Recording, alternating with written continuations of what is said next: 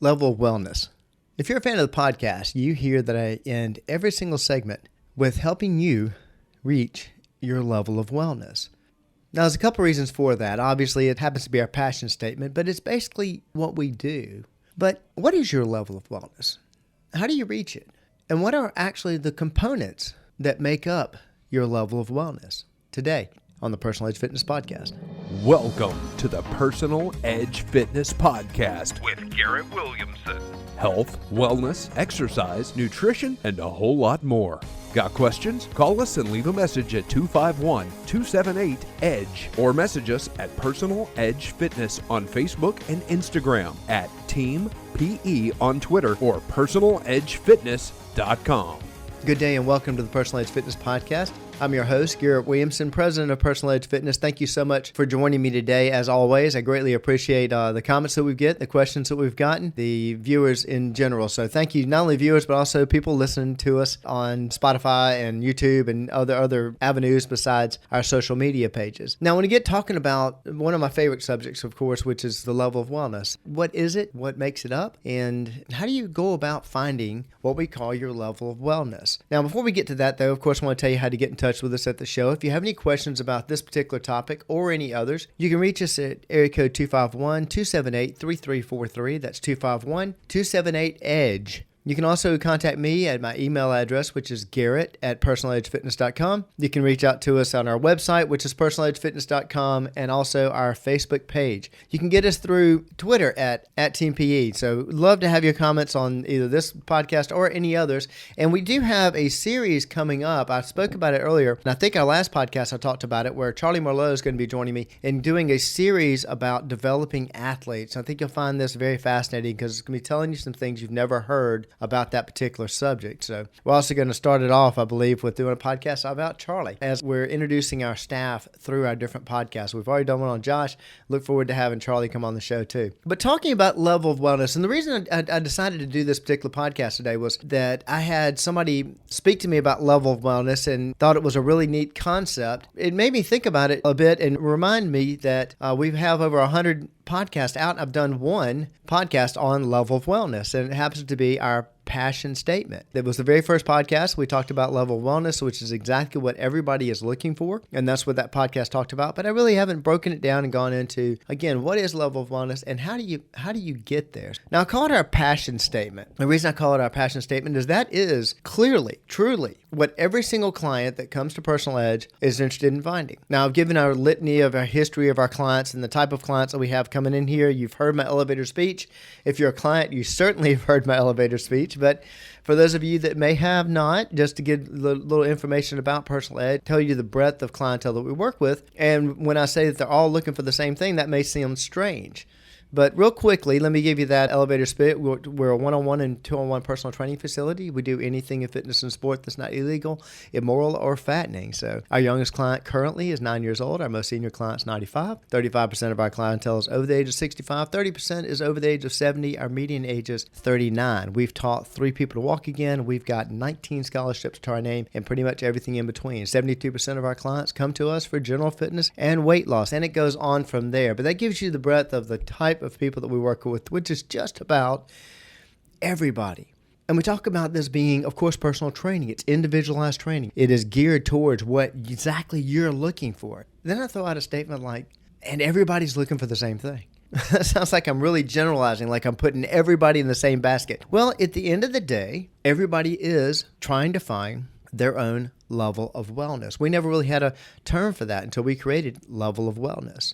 And like I say, it's our passion statement because everybody's looking for that. Well, that's different than a mission statement. Our mission statement is we use all aspects of fitness and wellness to help people find their level of wellness or make people feel better about being themselves. That's our mission statement. The level of wellness is, to break it down very simply, it is when people come to see us, they're obviously unsatisfied with something as far as their fitness is concerned.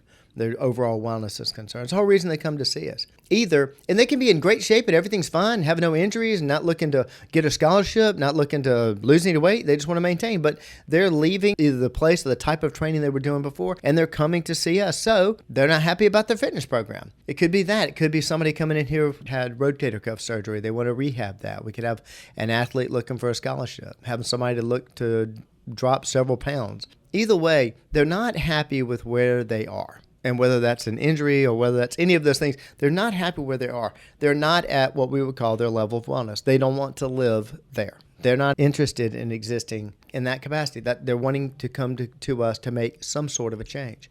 The difference in level of wellness and just a fitness goal is that many fitness goals are kind of pie in the sky. When somebody comes in and tells me they arbitrarily throw a number out there, I want to lose 20 pounds. Okay, why is it never 17? Why is it not, I want to 21 and a half? Why is it 20 pounds? Why is it 10 pounds? Why is it about 15 pounds? These round, perfect numbers. But our goal is we want to lose that number. Those numbers are arbitrary. The reason I say that is that I feel that I will feel better about being myself is if I lose some weight. And in my mind, that equals 20 pounds. It's not that we can't reach 20 pounds. We've reached that and many, many more. But nobody's really looking for a number. Nobody's really fascinated and hung up on a number. A goal, a number is not actually a goal. What they're looking for is they're looking for a way they look, the way they feel, or most importantly, and bottom line, the way they feel about themselves. That's your level of wellness. I want to feel much better about myself. I think it is this number that I need to attain, but somewhere along the way, we're going to find what that is that makes you feel better about being yourself. And that's your level of wellness. It's a description of the point of your level of wellness, I should say. It's not all the aspects of it. Because level of wellness deals with your workout. It deals with your nutrition. It deals with your physical stature. And the most important thing that level of wellness deals with is, of course, your mindset. I'm going to break those down and give you some ideas of how to find that level of wellness, how to find exactly what I'm talking about, because the reason that's important, you may be interested, I'm listening to the podcast, I want to learn how to get stronger. I'm listening to podcasts, I want to learn how to lose weight. I understand, but I promise you, all of those answers are found in your level of wellness, because that is the exact point of where you want to live. This is how much I want to work out. This is the changes that I'm willing to make as far as my nutrition is concerned. The way I look, I can live with this. This is cool. Could I lose some more weight or what have you? Yeah, I possibly could, but don't want to work out that hard. Don't want to live there. And that point of where you want to live, where you feel better about being yourself, you feel really centered as far as your life is concerned, that's your level of wellness. Let's break it down a little bit. Let's go through something very simple. Let's go through workout. The 4 things I put in there: workout, nutrition, physical, and mental. And the reason I have workout separate than physical is that the amount of workout, the type of workout, the time that you're putting into your fitness, the way you feel about your fitness, where your fitness occurs or what have you, that is a huge part of level of wellness. And so it gets its own category. And we'll start out with something people understand. Your workout. Are you getting the variety in your workout that you like? And when I say that, I've had clients that I've worked out with that have very little variety in their routine. Now, you may stand off to the side and remember, you may be critiquing this, but you're critiquing where you would want it done, not the way that client wants it done. But I've had clients that don't like any variety whatsoever. Well, that's their level of wellness as far as their workout's concerned. Maybe you like a lot. How about the pace or time of your workout? There's 3 things you have to change in a workout to make changes or improvements: frequency, intensity, or time. Now, I'm talking about time here, but I also put pace in there. And it's actually probably 2 different categories. But time of the workout: do you like a workout for 30 minutes? Do you like a workout for an hour? And at what pace? Maybe you're like me. I like a fast-paced, quick, I want to see the end of the workout when it starts type of workout. Circuit training style. And what I mean by saying the end is that I'm going to have to go through something really tough, but it's like the light at the end of the tunnel. I can see it from the beginning when I start. It's going to end in 15 minutes. It's going to be really tough for 15 minutes. It's going to be full body. It's going to be all over the place. It's going to be moving fast. My heart rate's going to be through the roof, but I'll be done in 15 minutes. I like that kind of resistance training. That's my type of training.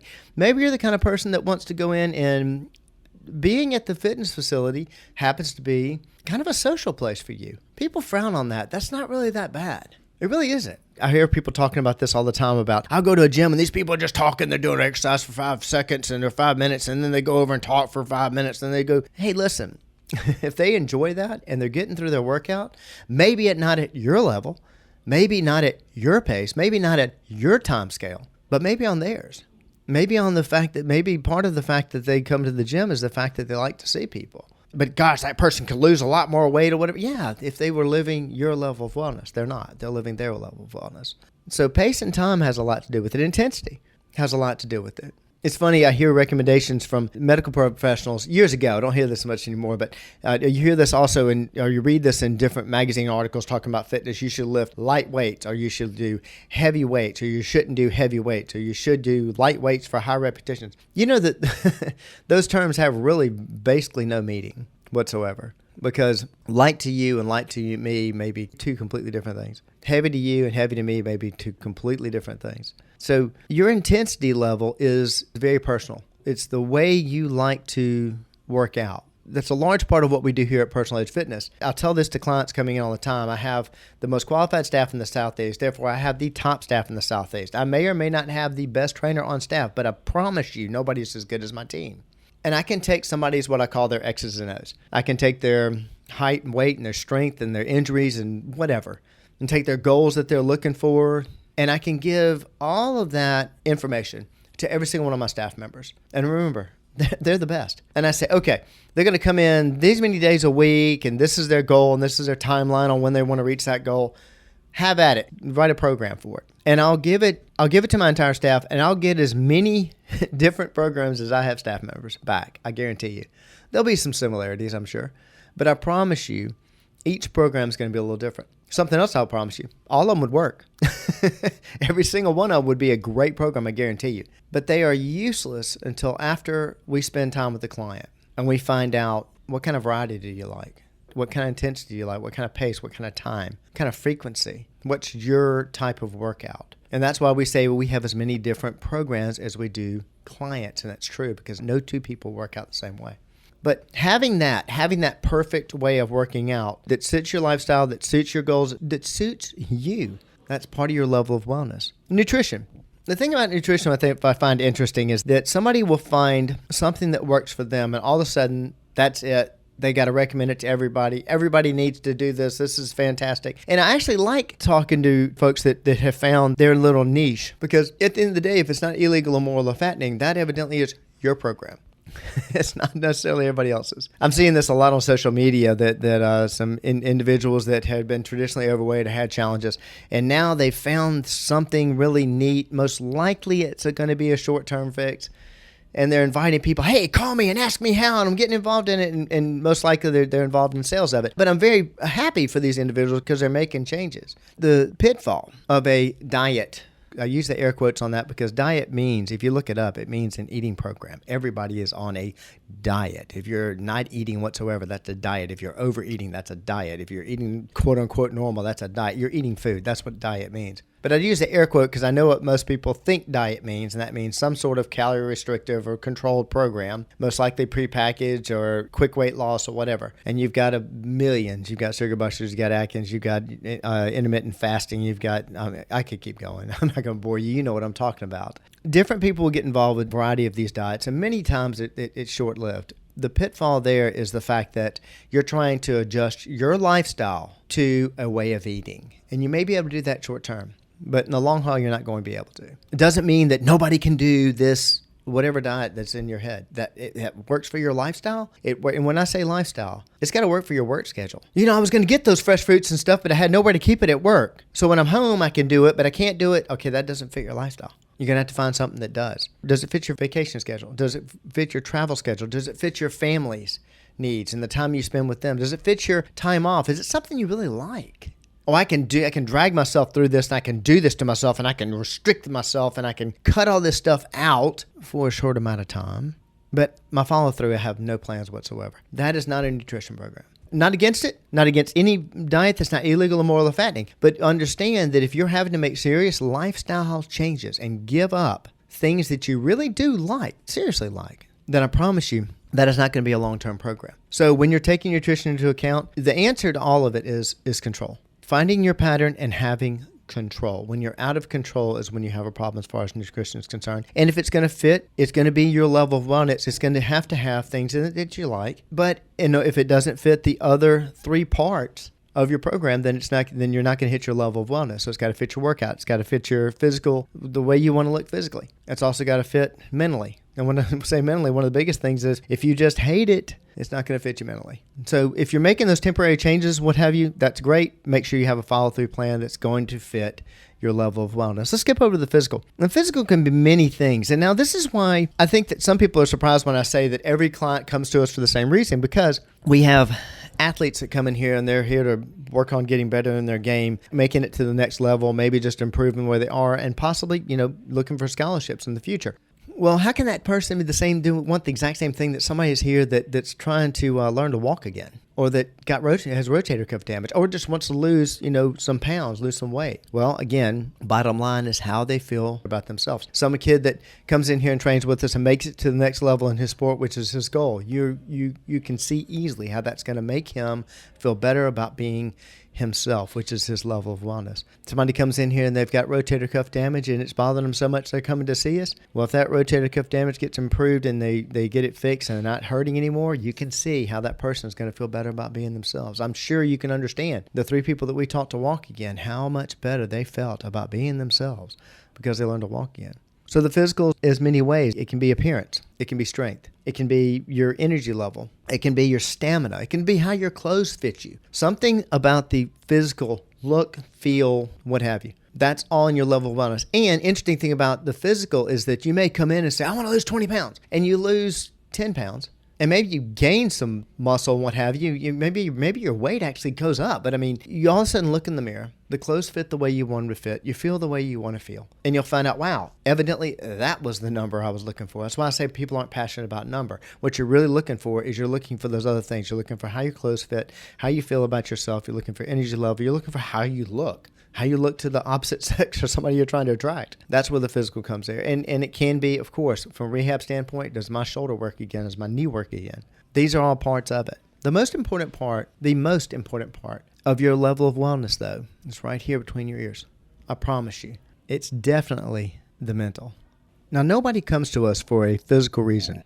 You've probably heard me say that before. I'm going to say it again. Nobody comes to us for a physical reason. Now, that may seem just completely foolish. I understand. Because, gosh, Garrett, people come to you to get stronger. They come to you to lose weight. They come to you to rehab injuries and what have you. How can you say they don't come to you for a physical reason? Well, the reason I say that, and the evidence of that, is the fact that there are plenty of people walking around that know who we are, know our facility, know what we do, know that we can help them, and desperately need our services. But their rotator cuff damage doesn't bother them. They may be overweight, and their friends feel they're overweight, but they don't feel bad about it at all. It doesn't concern them.